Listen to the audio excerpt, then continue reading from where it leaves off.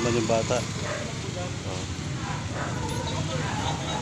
So accident, sinintang sila dahil sa aso.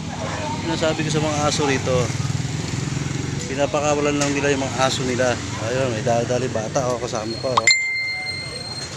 Oh. Biglang tumakbo yung aso, simplang siya, kasama may bata pa naman kasama.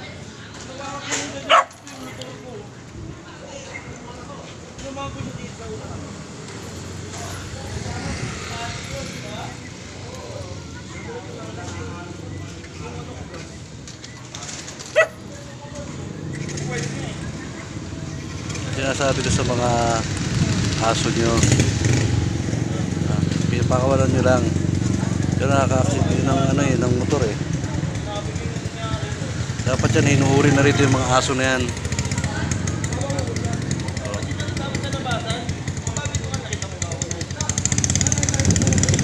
Dapat hinuhuri na yan eh, yung mga aso na yan na gala rito. Nakaka-ano yan, kawawa yung mga motorista dyan na nadadamay sa aso na yan. Yun, no? May kasama pang bata. Kaya ito guys, City Homes guys, yung mga makalat-kalat na aso. May mga may-ari naman yan, pinapakawalan nila eh. So, tulad yun, hihintayin pa nilang may mga aksidente bago nila talian yung mga aso nila.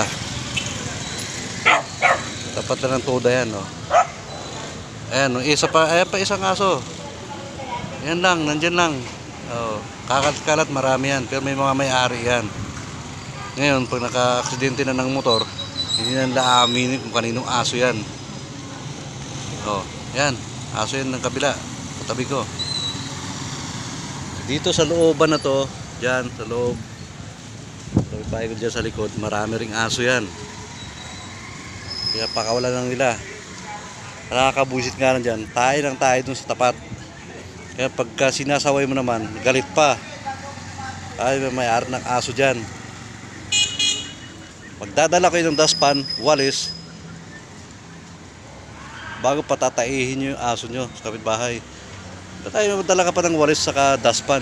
Ayaw mo patayin sa tapat mo, diretso linis na. Hindi yung magdadala ka pa ng dustpan, walis, hila-hila mo yung aso mo. Matadakot mo ngayon tayo, bakit yung matadakot mo? Oh. Oh.